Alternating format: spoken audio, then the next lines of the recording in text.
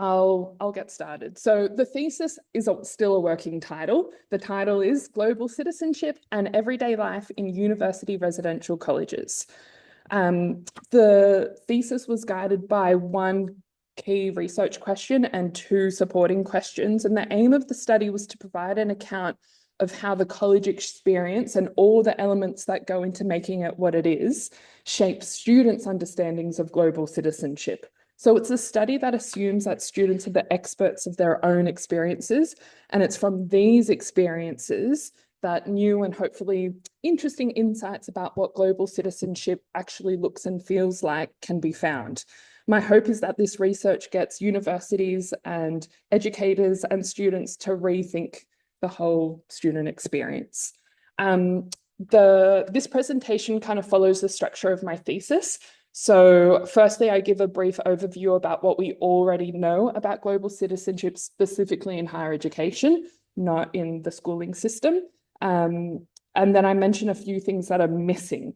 From here, I established the warrant for my study, which speaks back to some of the limitations and gaps in the existing literature. And in order to do that, I had to rework and reconceptualize the notion of global citizenship as from what it currently stands in higher education.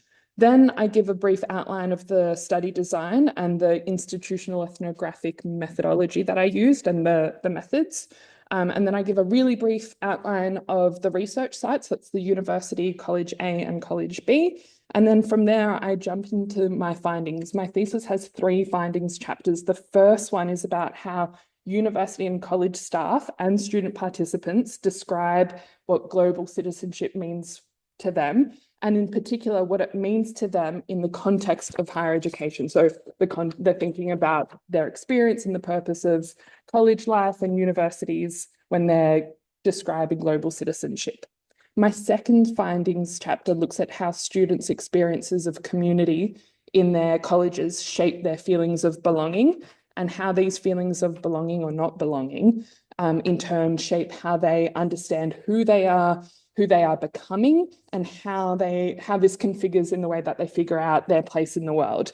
And then the final findings chapter delves into how discourses of well-being and diversity and inclusion kind of dominate and coordinate the logics for how students encounter and engage with difference.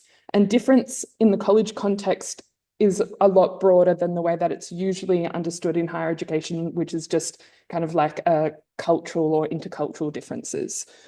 So it's all about the different ways of being and doing. All right, what is global citizenship? It is a buzzword. It's everywhere. What it means and looks like in practice is really inconsistent, and it's contested by scholars, by policymakers.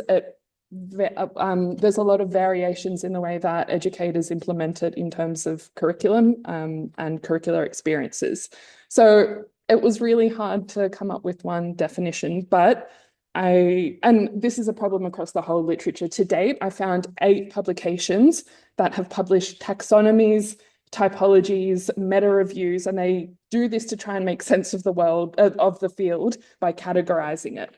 One of those papers found that 85% of the literature on global citizenship in education comes from Anglophone countries. So this in itself has quite an interesting implication for which perspectives dominate and decide what global citizenship means for everyone. In my review of the literature, I was able to identify 2 dominant schools of thought, and they all, like all the ways that global citizenship appears in the literature, can almost be traced back to these 2 origins. The cosmopolitan view has its origins in ancient Greek, Stoic and Cynic philosophers, and is primarily concerned with the ethics and morals of how one relates to themselves and then to the other. Their work tends to focus on virtues and values, dispositions, attitudes, and mindsets, the things that inform how we see the world and relate to the other people in it. Gert Biester, whose work has been really influential and has informed this research project, argues that a cosmopolitan understanding of humanity is about the presence of freedom, action, and plurality And plurality is what my research sites would call diversity. Neoliberalism, I say, is the KPI-ification of those capabilities and competencies. It frames graduates as global capital assets because the labour market is increasingly internationally competitive. Globalization drives the flows of people, ideas, media, technology, and finance, but it's neoliberal logic that determines how power relations coordinate how those things move around in the world. Both of these approaches to global citizenship are evident in students' descriptions of it, but the cosmopolitan view tends to be the more dominant one, and I'll come back to this later. So global citizenship in higher education is present in graduate attributes and strategy documents and policies. So it's definitely an aspiration, and it's becoming more and more of an aspiration. A study from Macquarie University in 2014, so more than 10 years ago, found that 37 out of 39 Australian universities, I think there's 40 now, had global citizen or global in their graduate attribute statements, and that had increased a lot from the 10 years prior to that. And I would argue that if I were to do a similar study, that I would find global citizen even more prominent. In terms of how it manifests in practice, it comes through in curriculum models, and these usually have cross-cultural competencies. So this looks like learning another language, or objectives and outcomes at the front and end of course outlines that emphasize you're able to think from multiple perspectives, you demonstrate empathy. So they're cross-cultural competencies. Learning abroad program, so going on exchange, going on a 2-week tour as part of your course, that also falls under the global citizenship education umbrella. Internationalization at home, I'll come back to. And the main way that I guess data is collected on this is through student satisfaction surveys, and that captures a lot of the data that drives how universities respond to what they need to do to make the student experience better, and small focus group, which is the qualitative element of that. One thing that I haven't mentioned up here is the rise of the micro-credential. So, for example, UCID used to have a Global Citizenship Award. It's reconfigured as something else. And basically it involved a series of activities that you had to do, from volunteering, picking particular electives, going on extracurricular events, going on exchange, learning a language. And you accumulate a certain number of points by ticking off each activity. And once you got to X amount of points, then you qualified for the award. And you can kind of see how important neoliberal logic is in how universities define global citizenship. Now, a lot of the literature is critical of these approaches to global citizenship. The first three are assumptions that underpin models of global citizenship education. They assume that knowledge in classrooms can be transferred and implemented in action outside of classrooms. The internationalization at home strategy that I spoke about before, one of that is diversifying the campus cohort. And actually, I see this in colleges as well, where you have kind of similar groups of people sticking together. So there isn't much of that intermingling. Just because you have a diverse body doesn't mean they're practicing inclusion and diversity. And then practicing skills in the classroom doesn't necessarily mean that you practice them outside of classroom. In fact, there was a study done in 2003 where students showed that they could appreciate cultural diversity in classrooms, but then when they left, it wasn't really evident in their everyday life.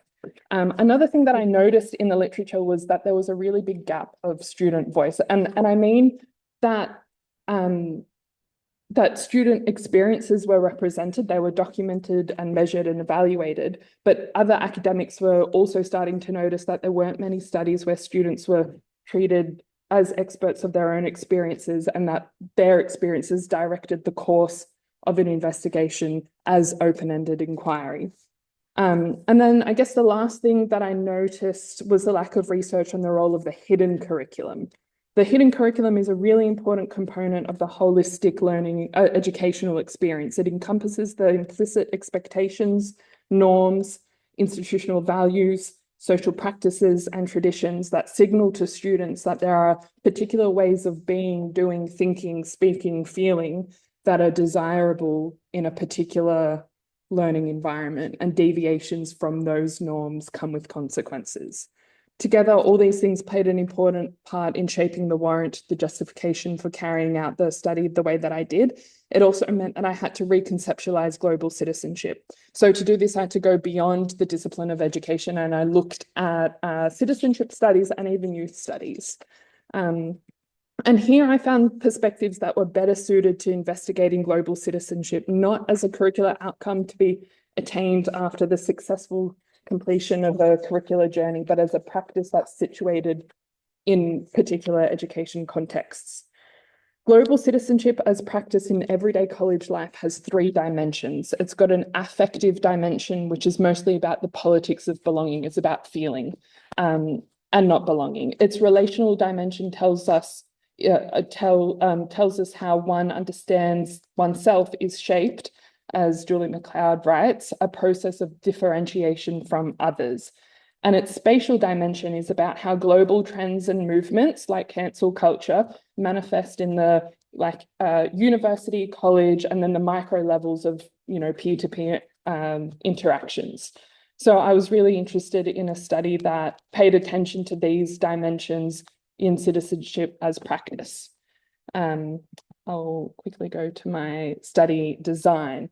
So I used institutional ethnography, and institutional ethnography documents is grounded in the everyday experiences of students, and you kind of trace how their experiences are coordinated and governed by ruling relations. And ruling relations are the complex of discourses, not so much scientific, more like pop discourses and cultural discourses that intersect, interpenetrate, and coordinate multiple sites of ruling. So you'll see things that happen in the university being replicated at colleges, but also on social media and even on college intranets and Facebook group pages and things like that. So institution here means a specific thing. I talk about colleges as an institution, but actually they're part of the higher education institution, and that's organized. They share a distinct and shared function. And work is another important concept. There's a whole bunch of concepts, but I forgot to finish this slide. So I'll just stick to these ones. Work doesn't mean the typical kind of paid labor kind of work. I talk about the work that students do as involving things that involve effort and time, intention, they mean to do it, and they require resources. And often, in my case, the resources are social relationships and social capital and cultural capital. So that's institutional ethnography. The most important thing to know about it is that the entry point to the investigation is student experience. I interviewed students from College A every week across semester 1 and then College B semester 2. And as I was interviewing them, the interviews were questions around global citizenship, but also like, what did you do today? What was your week like? What was highlights, lowlights? What happened that stayed with you? What was something that, has affected you? And from there, I was able to tune into the fact that diversity and inclusion discourses were at the forefront of, so that was like a ruling relation. Gone a bit off topic. Let me talk about my research sites. So I did my research in Melbourne. Both the colleges belong to one university there. There's 2 group of 8 colleges in Melbourne, so you have a 50% chance of guessing the one that I did. But I tried to anonymize the colleges, as you can see, as best as I could. And the same with the participants. All the participants have pseudonyms that they pick for themselves. I just asked them to pick a name that best reflected their gender identity and their cultural identity. And you can see that they're mostly first years. So at College A, I had 7 student participants. Nick was a really important participant to have because he was on the Student Leadership Council in an exec position in 2021 when I did my research. And he was an SRA in 2022. And he was there as a first year in 2019. So he was able to see what college was like before COVID, during COVID, and I guess during COVID part two in 2021. And he was also important because he told me how COVID was a bit of a circuit breaker in the reproduction of college cultures. And it kind of allowed room for diversity and inclusion to operate, or it just gave it more oxygen, that he was like, this would have been a lot more difficult had COVID not, prevented some of the second years from coming back. And then at College B, I had 9 participants. Most of them were first years. Erica and June were also on the Student Leadership Council, both of them in exec positions. And Natasha, also on the Student Leadership Council, she was the food rep for that. And then I had principal, vice principal from College A and principal, and they participated in structured interviews at the end of the fieldwork period. The other things that I did were observations. So between lockdowns, I wasn't allowed to go to the colleges whilst lockdowns were happening, but between them, I went to formal dinners, regular dinners, just kind of hung out in the library and in the courtyards and took notes. And then I also did a lot of documentary analysis. In institutional ethnography, you rely on material text to kind of trace how the work that students do is coordinated. Students don't really pay attention to policies or strategic plans, or, the work that they do is actually more governed by discourses and feelings. So I did a little bit of methodological innovation in my thesis to argue for how discourse and affect work as texts here. But the marketing material and the strategic plans, social media posts, I was given access to both the college's intranets, were still important. And I took photos of posters, signs, decorations in corridors and common rooms. So that was I guess, the corpus of data that I collected over time. Just a brief overview of the research sites. Both of them established around the same time, both of them co-ed, both had some postgrads. College A was mid-sized, had a more of a rural regional student identity to it. And it had a much more, I guess, in comparison to College B, formal college curriculum. So very similar to women's, they had formal dinner when they had in their regalia, whereas College B was a lot more kind of low key and casual. The important thing about College B is that it's smaller and 30% Indigenous students. The principal was really proud to say that all scholarships were on a means basis. So no one kind of got merit-based scholarships. It was all based on how much students needed. And that really had a big impact in shaping who the cohort was. It was a really big mix of students. Okay, all right. These are a lot of policies. The thing to take away from these policies was in 2019, 2020, and 2021, there was a lot of new policies and a lot of amended policies to do with the student experience, but particularly in terms of gender and freedom of speech. And that's important because that actually trickled down to things that were happening at the college. So in both College A and College B, students elected to amend their college constitutions to get rid of gendered language and have gender neutral pronouns. In College A, in 2021, it was the first year that they had a queer rep and an international rep on their student leadership group. So you can kind of see shifts are happening at the university level and at the college kind of structural level as well. So now is my chapter 5, which is about the definitions of global citizenship. There's 5 themes that emerged from all the interview data. The university and college leaders really emphasized or framed global citizenship as being open to challenge, and that's part of the student experience, which is meant to be transformative. And this included, I interviewed a student experience university leader. That's my studentized title for her. But she was in Chancellery and responsible for some of the changes around, or leading the changes around the student experience. Student participants, interestingly, had a little bit to say about, I guess, neoliberal framings, which I'll get to in the next slide. But they also talked about, you've got to go out there and you have to put in that effort and energy to engage with different people, and then that'll challenge you. So there was an alignment between these ideas of going out, engaging with someone different, and then learning and growing from it. Students interestingly also mentioned, I guess, capabilities of like respect, empathy, and humility. So here are some quotes from staff that kind of speak to this idea of openness to difference and being challenged. So vice principal of College A was doing a master's of business administration, and his whole thing was about cultural change.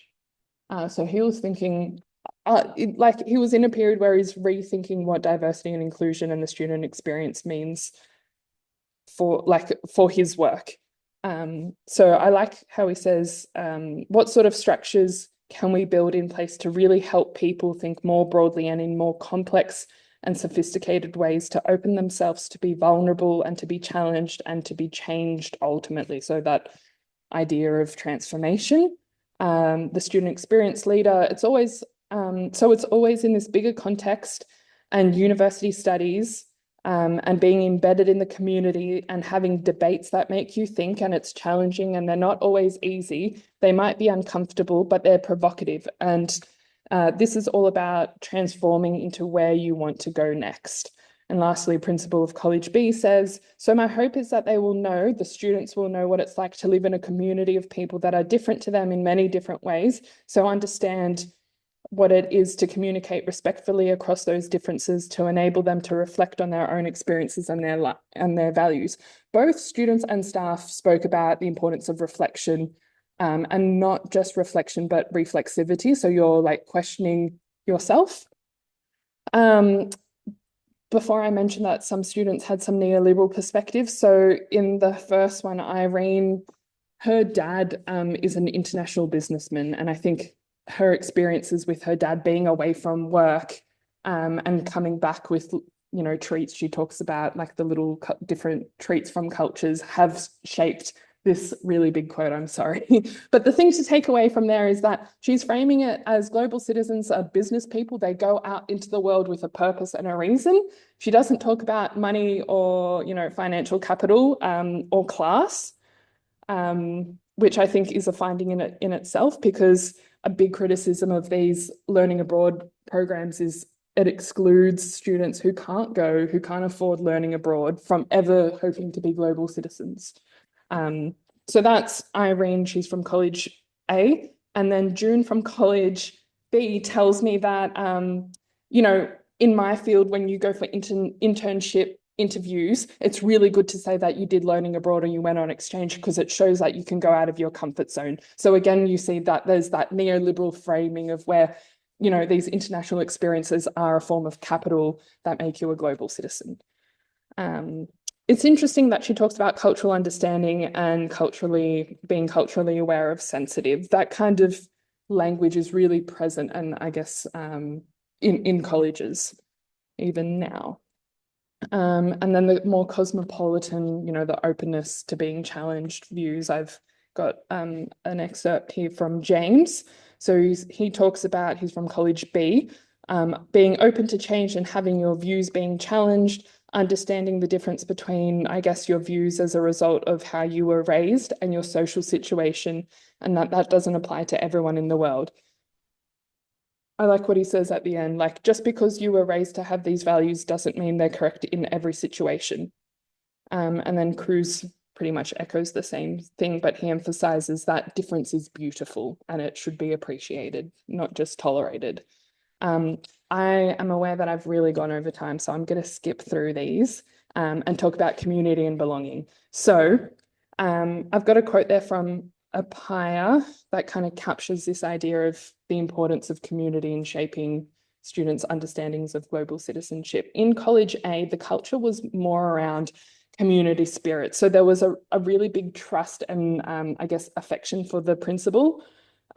Students felt seen and heard, and I think that had an important role in this kind of culture where they felt obligated and a shared responsibility to participate. So that resulted, students spoke about FOMO and guilt when they didn't go to things, and that had implications as well for relationships. I won't get into that now.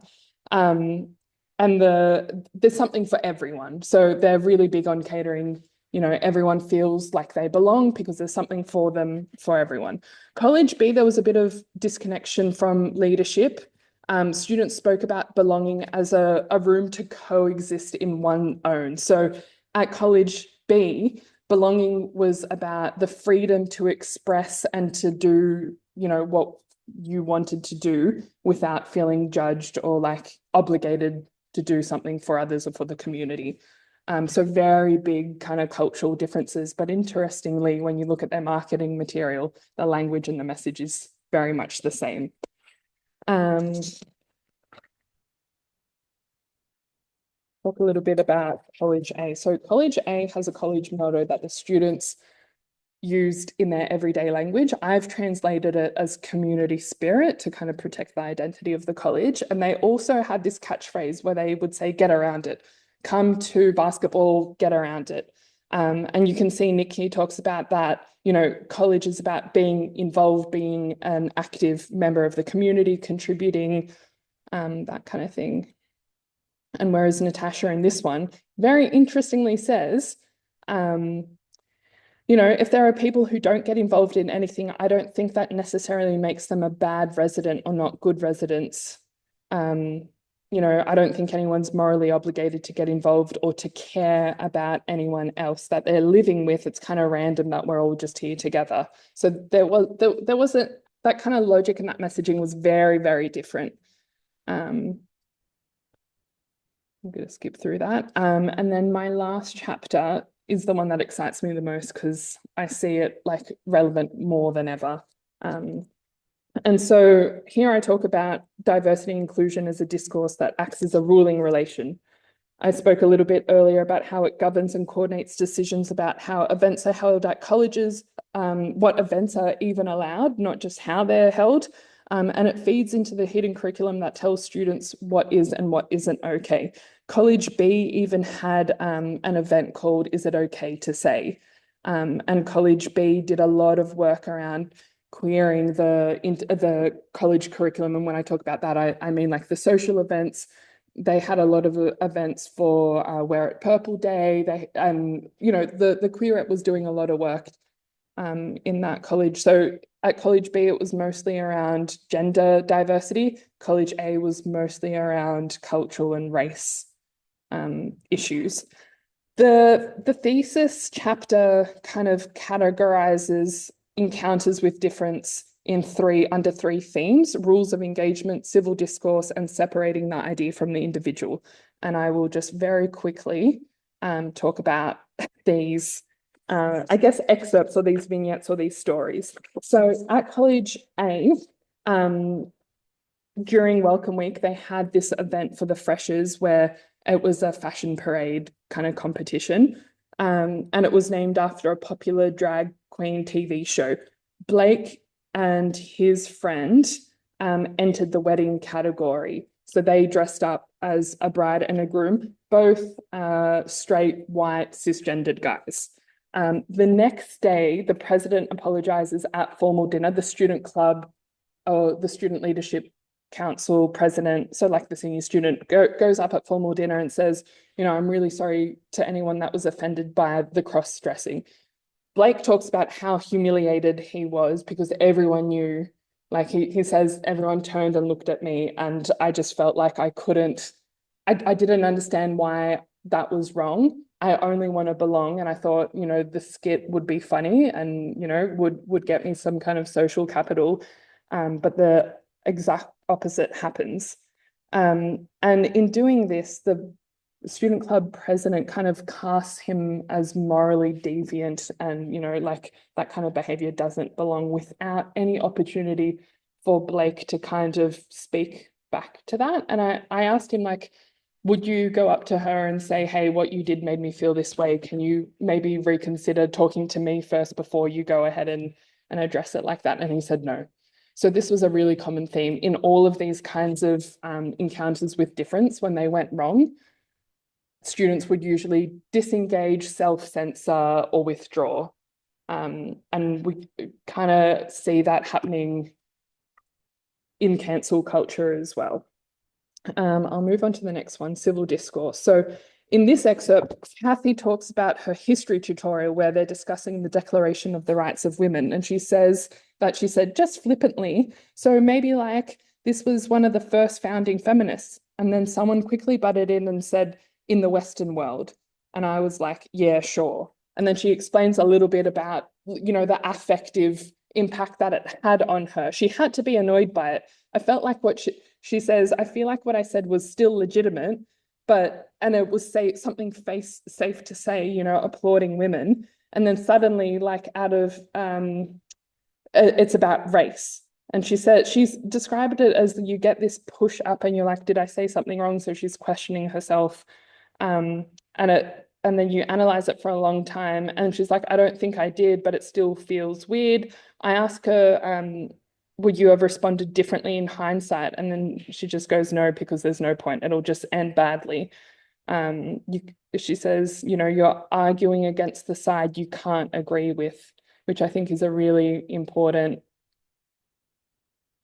phrase that really captures the kind of stuff that's going on in tutorials and common rooms, where it's like, because we can't agree, I can't relate to you.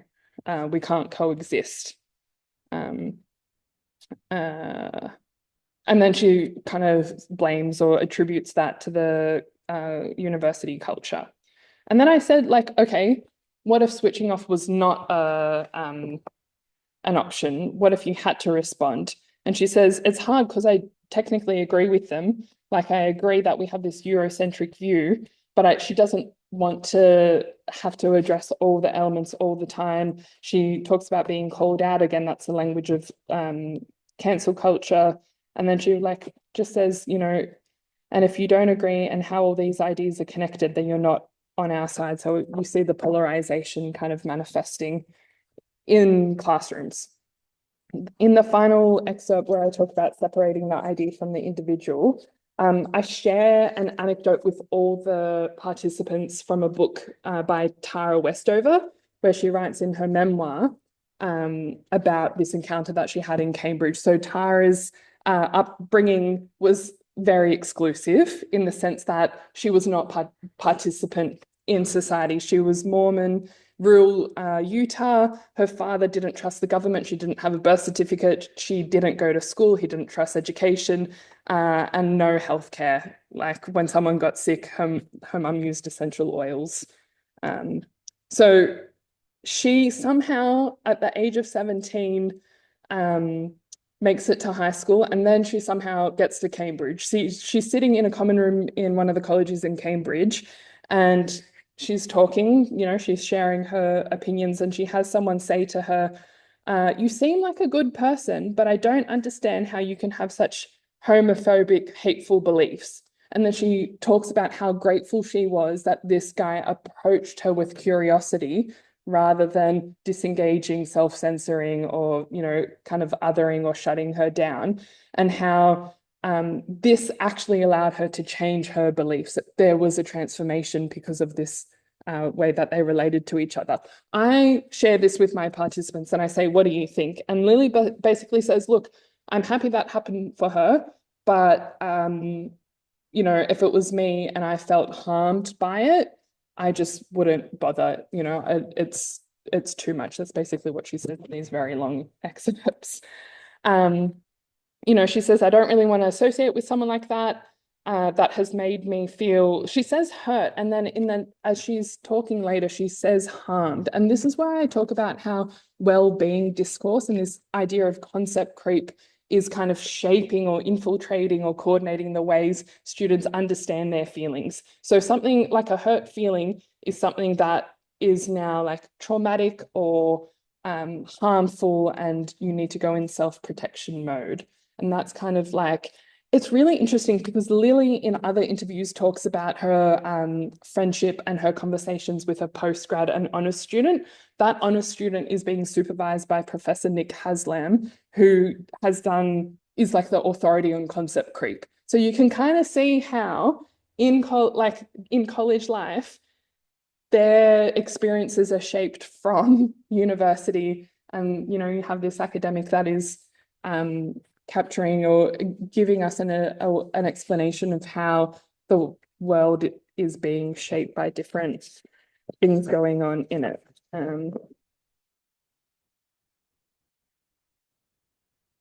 So this has important implications for how we relate with each other, across difference, when those differences rub up against each other. It's not like Cruz said before about, appreciating and the warm and fuzzies and valuing difference. It's a lot more messier and complex, and students aren't really sure how to navigate that. They're still figuring that out. They speak to the significance of affect and emotion ways of relating and the movement of ruling relations from the global to the local to the hyper micro local domains.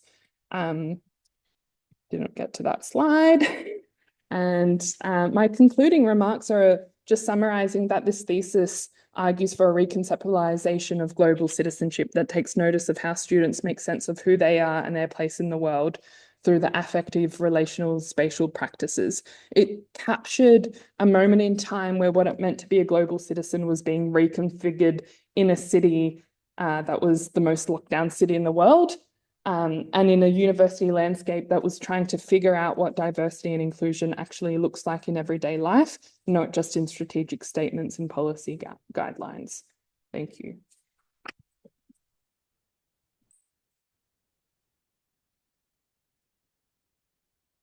Thank you.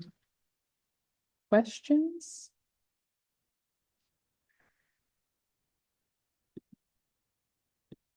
Yes. I'm going to start at the end first. So, one of the things that's really obnoxious is when you get people going, well, this was done to me, so I'm going to do it to you, and I'm actually going to do that now. So I have a professor who used to say to everybody, and then within the days when this is really printed out lots of copies, why should trees die, please? So I think you answered that at the end and right at the beginning. So can you tell us a bit more about what you just said right at the beginning? Why do we care about this subject? Because it's a new perspective in a way that kind of pays attention to the hidden curriculum that we don't really understand. And I make this argument, or I feel like what happens in everyday life is sometimes more powerful than what you learn in classrooms. And it makes me think about how universities, I have this like running theory that universities need to focus on equipping students with tools of like emotional literacy, emotional regulation to counter this polarization. That's a problem that a lot of institutes and centers are trying to now, combat or mitigate. And I think what my research does is capture in real life the things that shape the students that they, I ask them what stayed with you, what was a highlight and low light. So they tell me the things that the moments of everyday life that stay with them and that are meaningful. Look, it did happen in history tutorials, but I think what my research does is show, like the micro level of interactions. Does that make sense, Rebecca? Yeah? Yeah.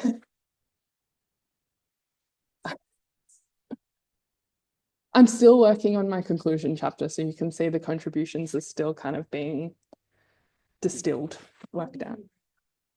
You told us you did it.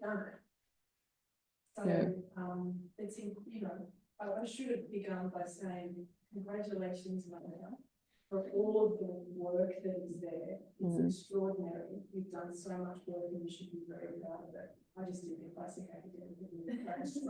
No, this is good. This is good practice. And now I'll ruminate on it for the next, until the 18th when I do it with other academics. Yeah, fair enough. I assume in your thesis you made the argument for why you're looking at colleges as a microcosm of the higher education sector or the university. Yep. And you said at the beginning that you want, you hope that this research can have an impact on the higher education sector. So at any point do you make an argument for how you might take it from the microcosm back into the macro of higher education? Or is that your postdoctoral? Yeah, that's kind of what I'm doing at the policy lab. I don't think colleges are viewed, they're kind of viewed as these affiliated auxiliary institutions that are, a really intense version of student life, student experience, really like enriched. I think colleges are doing things that universities are trying to learn from. And I think colleges could be kind of like these satellites where the students actually from a grassroots level go out into, societies and clubs and classrooms, and they kind of have the confidence to model to other students, ways of encountering difference and navigating across them that doesn't kind of default to the cancel culture, self-censoring, withdrawal, disengagement, that kind of thing.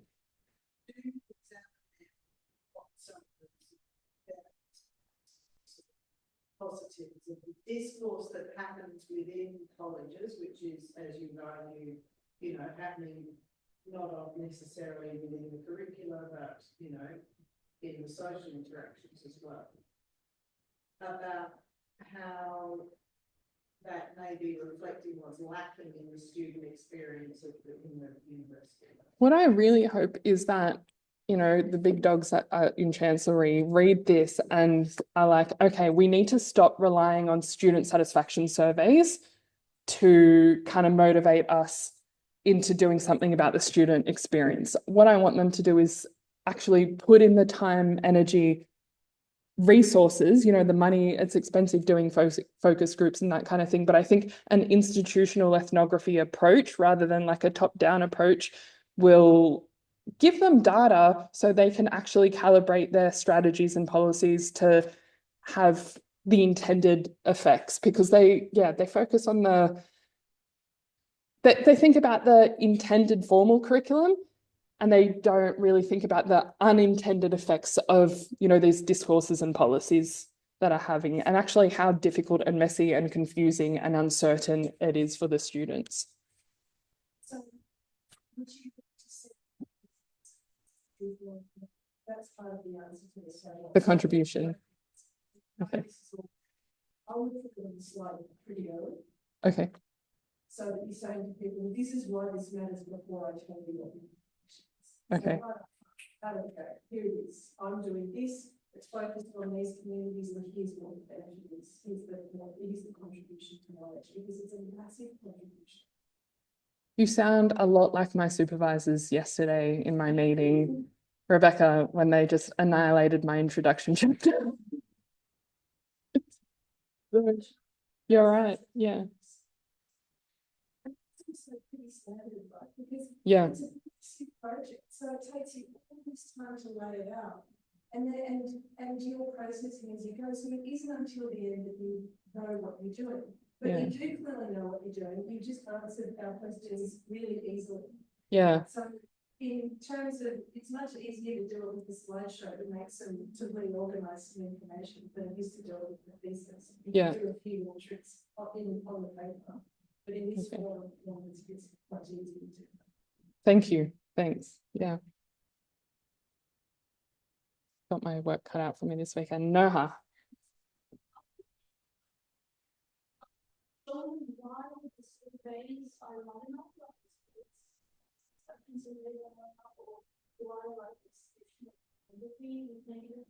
Okay. I'm really interested in this point about approaching people with curiosity rather than shutting them down now. And I'm wondering what can be done to encourage this kind of behavior? Yeah. or just by like putting the mix of people together?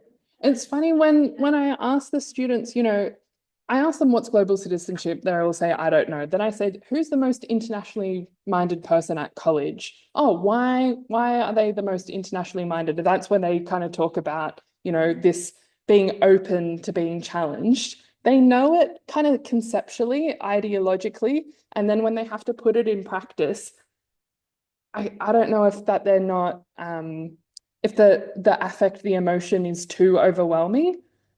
So, working at the policy lab, my research focuses on the connection between giving students like practical skills in engaging in, arguments, good arguments, can you identify a logical fallacy?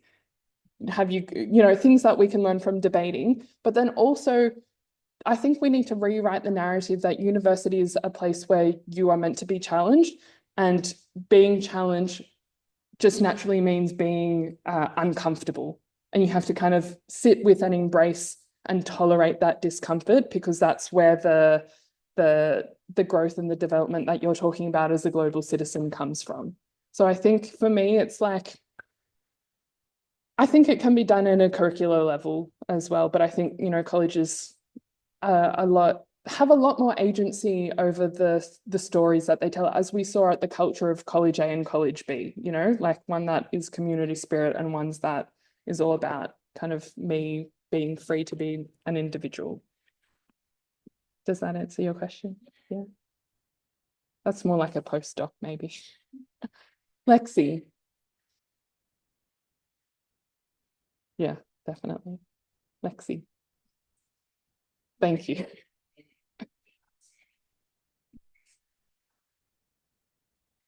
My question is, how did you recruit your participants, and do you think that they are representative of what I'm assuming is quite a large college? And I mean, obviously it's a student project, but relatively small numbers. Yeah, so this is a good question, right? And it kind of speaks to the purpose of the study. I didn't want to be able to generalize. I wanted to use these kind of zoomed in close-up accounts to really identify the ruling relations. And I would say, I saw them manifest slightly differently in college A and college B, and I would assume that would be the same if I was to do it here and at other colleges. I recruited them. It was really hard during COVID. I had a lot of principals say to me, sorry, can't do anything during a pandemic. So the two that let me in, I spoke about at formal dinner, and I actually waited after and with a smile, welcoming presence, and students came to me. They got my little business cards. And yeah, so that's how I recruited them. Yes. Maybe part two, and then to you, Annika. Okay, Annika. Thank you.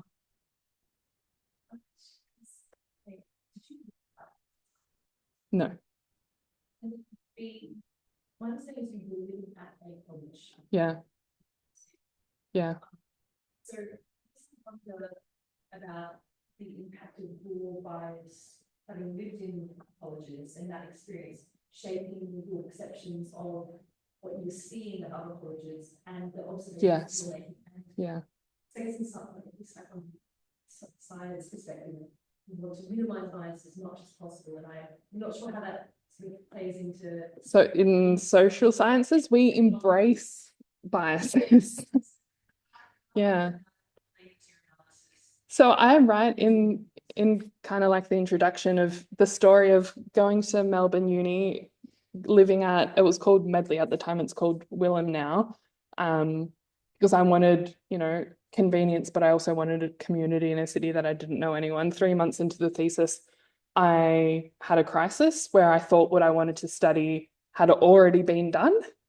And I had a bit of a crisis moment with a professor, and he was really fascinated in college life. So we had a really deep conversation, and I, through that conversation, started realizing actually colleges are not only really under-researched, but they're really rich environments for studying global citizenship in the kind of more inclusive, expanded view. So I have to thank Fazil Reesby for picking colleges. In terms of my biases, I think living at Medley really more kind of attuned for me. So when I went into the two other colleges, I knew what to kind of look for.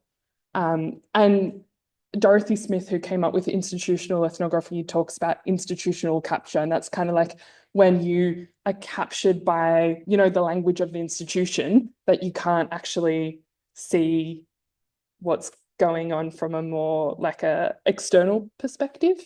And so luckily I had read about that, and I was like conscious of what my biases were and how I might be, you know, not open or missing things that are happening because of, you know, my own lived experience. Yeah. Is that a hand up? No, no. Michelle. I wanted to say, thanks for validating everyone's choice here to be at a college, to be at a very enriching place. But I want to play devil's advocate with a film question that I think quite civil. So my question is, there is this premise or this assumption that you make for your study that global citizenship is inherently a good thing that people should strive towards, or is a concept that is worth some value, right? Yep. However, what you actually see in this current decade, especially with the Trump administration, is a shift towards localization, towards national security, towards maintaining like critical infrastructure at the national level, yep, away from globalization. Especially, say, take for example in the US with ICE coming in and actually deporting international students. So how do you think in the current like political zeitgeist that we're in, your research fits in, is there still a value towards global citizenship? What if we actually shift towards, in Australia, that sort of localization of like knowledge of education, etc.? Yeah. Does your research still have value then? Two things. America is not the world. I know what Trump is doing. You know, we've looked to America. Everyone's looked to America, but I feel like that is a very local thing, and the world still kind of exists in globalized ways. Because my research treats global citizenship as practice in everyday life in a way that traces, you know, global movements like cancel culture or the concept creep. It's not so much as is global citizenship something that we should still value. It's a concept that has existed since ancient Greece. And I don't think it's going anywhere anytime soon. And I think the fact, when we look at colonization, that could not have existed without globalization. Like those two things coexist. And I think, you know, America is still behaving in ways that are very colonial in the world. So it might seem on one side that they are becoming more and more local and insular and inward looking, but I would say that that's not the full picture, and they are still quite important kind of global actors, even if people are becoming more polarized and all that kind of stuff. Mika.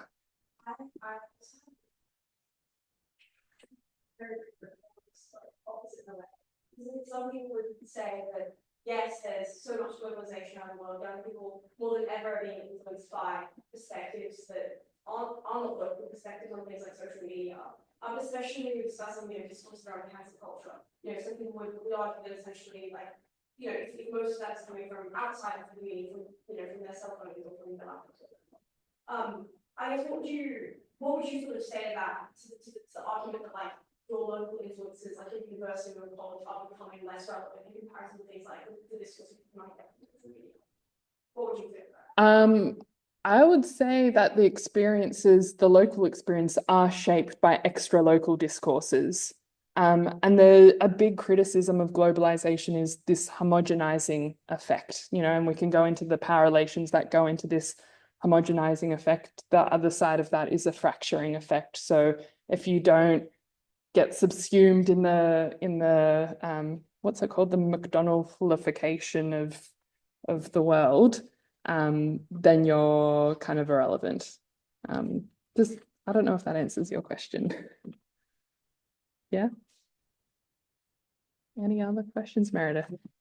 So I'm interested in what you had to say about we need to be more comfortable sitting with this comfort.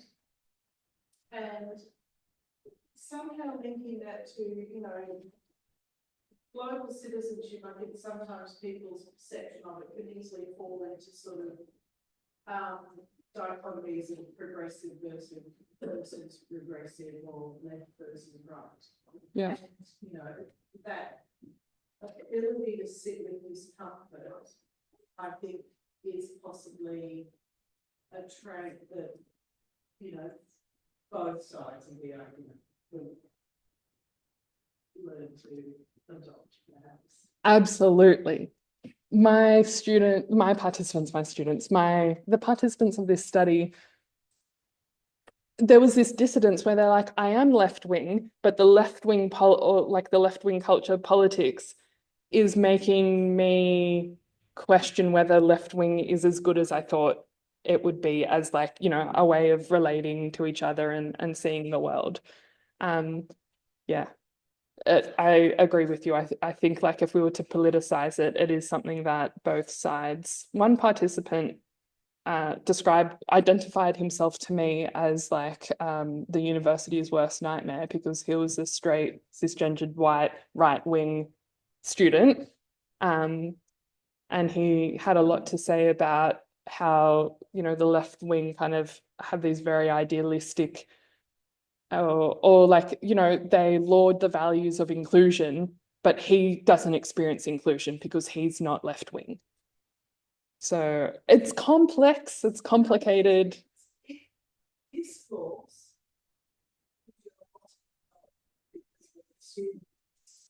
access to connection or belonging or Culture, yeah.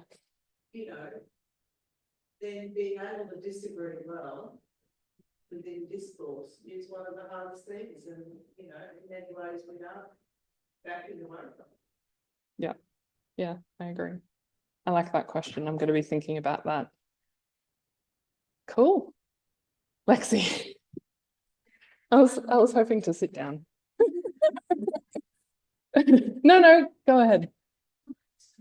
So your thesis is about like understanding and helping institutions understand, and obviously student surveys and where to go based on what you found. In the next step, which is obviously turning that understanding into policy, do you have any comments on what would be the best strategies around doing that? Because I'm sure a lot of people have experienced a lot of times things get put into policy, but whether or not we pay attention, we enact them is. Yeah, I think it's really interesting what's happening now with freedom of speech policies on campus. It feels like almost you cannot please anyone, and the university, at least I'm looking at Sydney Uni here and I don't want to, drag it, but the work that I've done at the policy lab seems like the university is scared of being courageous. There's almost a lack of courage to be like, this is who we are, this is what we stand for, and this is what that looks like, and like really actually lead that. I think they care about satisfying everyone, and in a place that's really diverse.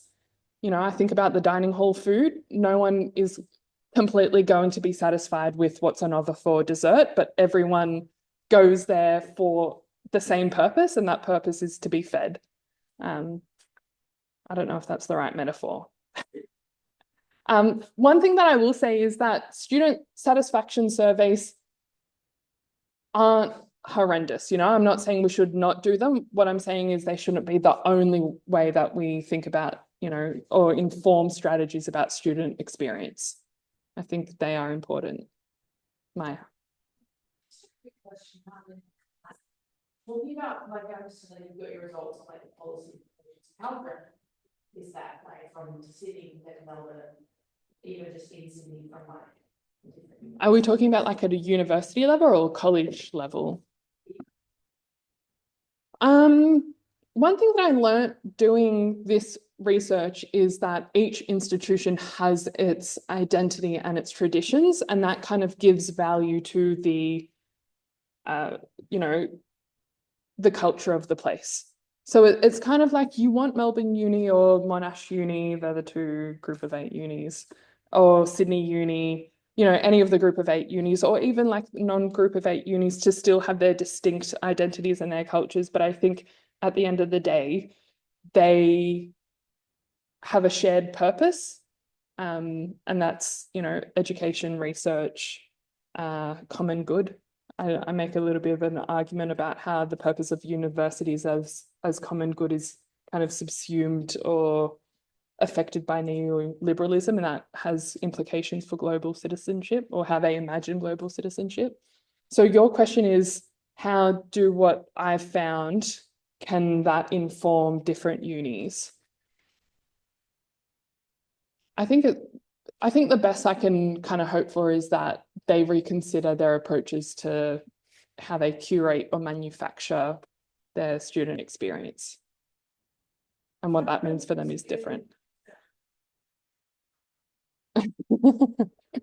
Well, I would say like 90% of the literature is just absolutely pounding down on neoliberalism in universities. There are some papers that say that they can, like, it coexists. You know, university for common good can coexist with neoliberalism. Yeah, we'll see. Those college students could one day inform the way global citizenship is experienced in the classroom and or like shape or model. exactly Yep. within the university. Yep. Because we're such a microcosm of English experience. Yet both of the anecdotes that you had, those students weren't able to confront the other side. They weren't able to engage in any discourse or make any progress. They self-shut down. Yeah. Do you think you thinking we have the ability to influence university is too ambitious?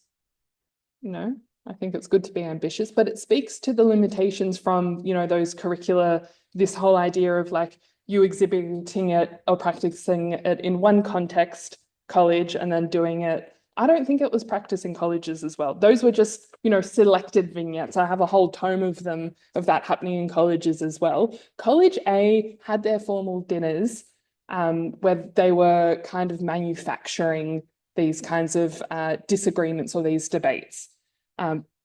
So, and College B had the is it okay to say, you know, event.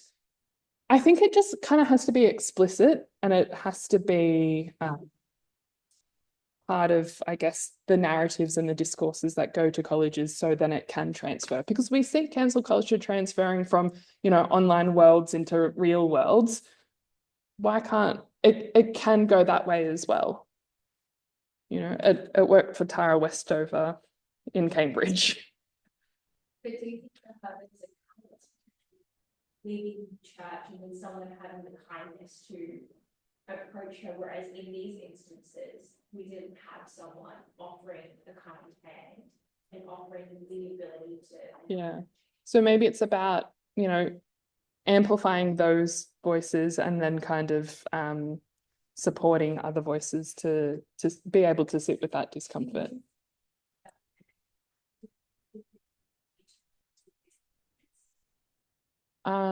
Did I find anything? Look, I think where it was done well was when it was amongst friends, because there was trust. So I would say that trust is like a really important condition for that to be done. It's almost like a prerequisite. And that's another question in and of itself. No, huh?